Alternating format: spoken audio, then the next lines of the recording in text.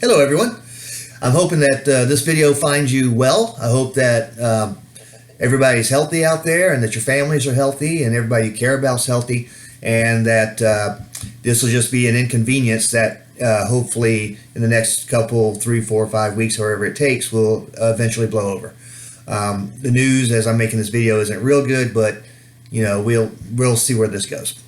So anyway, the good news is if it's not affecting you in any other way other than the inconvenience, then that would be the good news. So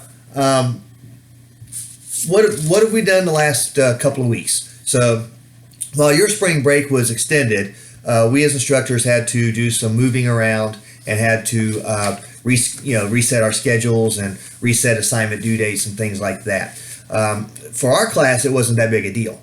But if you're in a class that was face-to-face, that teacher had a lot of work to do.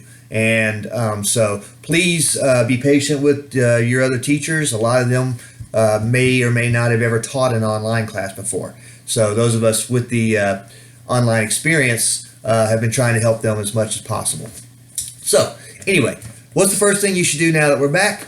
After watching this video, of course, I've got a revised schedule. So if you go into the syllabus and schedule folder, you'll see what the new due dates and stuff on the assignments are.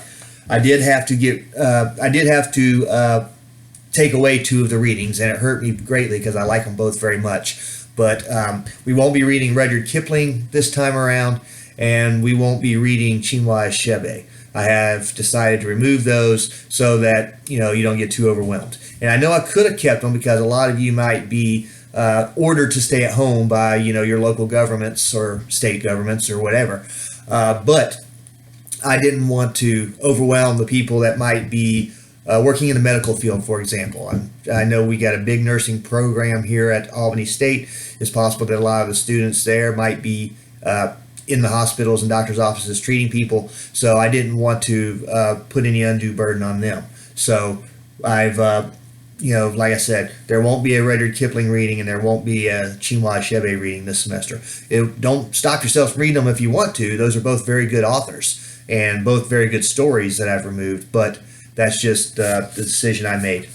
All right, so this week we've got the woman question in England, we've got empire and national identity, and then we've got the Victorian era exam. So this is the last week that we're going to be in the Victorian era.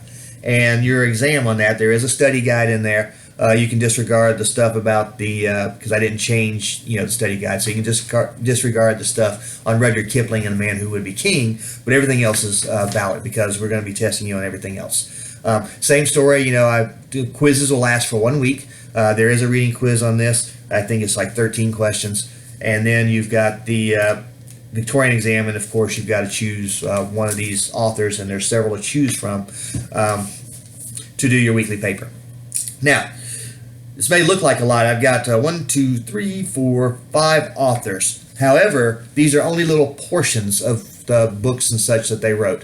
In fact, I don't think any of these pages go on for more than like 2 or 3 pages. They're all very, very short readings. So with the woman question, the Victorian era lasted so long because Queen Victoria ascended to the throne around, I think it was 1837. She died in 1901. So she ruled a long time. The only monarch in British history that's ever ruled a longer period of time is the current one, Elizabeth II.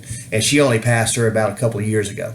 So during that time, even though a queen was the ruler of England, women still didn't have a whole lot of rights at the beginning of her reign. And even when she died, they still had a few more they needed to get. And Virginia Woolf will talk about some of that when we get to the 20th century.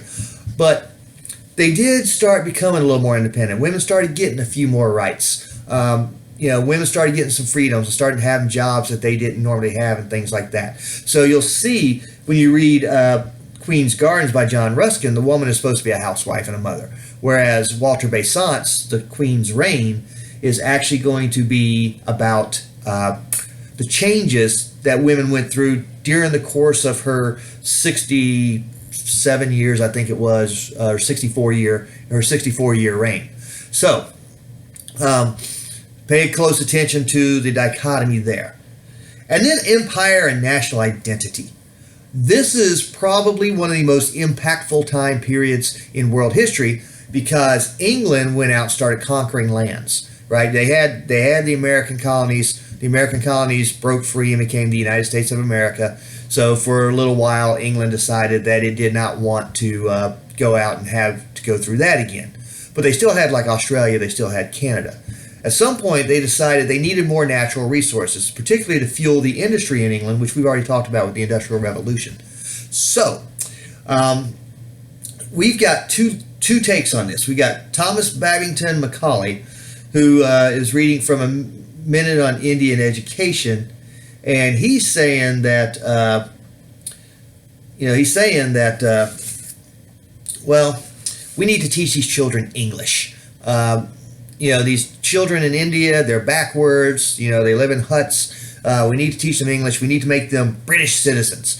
But he doesn't think that a lot of Indian children are smart enough to do that. So he says, well, we're going to take the smart ones, and we're going to teach them how to speak English, and then they can teach the dumber ones. Very, very, what's the word? Elitist, I guess. I don't know if that's the right word, but very, very for the British cause and thinking that the Indians need to be, the savages need to be civilized, things like that. On the other hand, we got My Diary in India by William Howard Russell, and he's going to take a look at something called the Kanpur Massacre.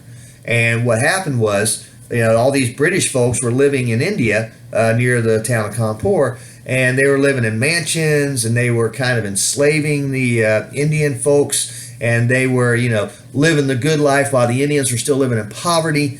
And eventually a group of locals from India massacred an entire village, men, women, and children of British folks. And there was an outcry in England, oh my gosh, we can't tolerate this. We got to punish these folks in a big way. And they did for the leaders. But then, Russell's going to sit there and he's going to say, well, let's take a look at this for a minute. Here are the British living the good life. They're not allowing the Indians that were there before us to begin with to live a good life. In fact, we're keeping them in poverty. What did you expect to happen? Of course, there was going to be some kind of an uprising. And so and he's going to finish by saying, and I really don't know, as I look at, these Indian villages with their wigwams and shacks and stuff, that they're any better for our presence here. And, of course, India would get its independence, I want to say in 1945 or something like that, 48, 45, somewhere around in there. India finally got its independence from England. But at the time that this was written, India was the so-called crown jewel of the British Empire. And bear in mind, when the British Empire was at its peak,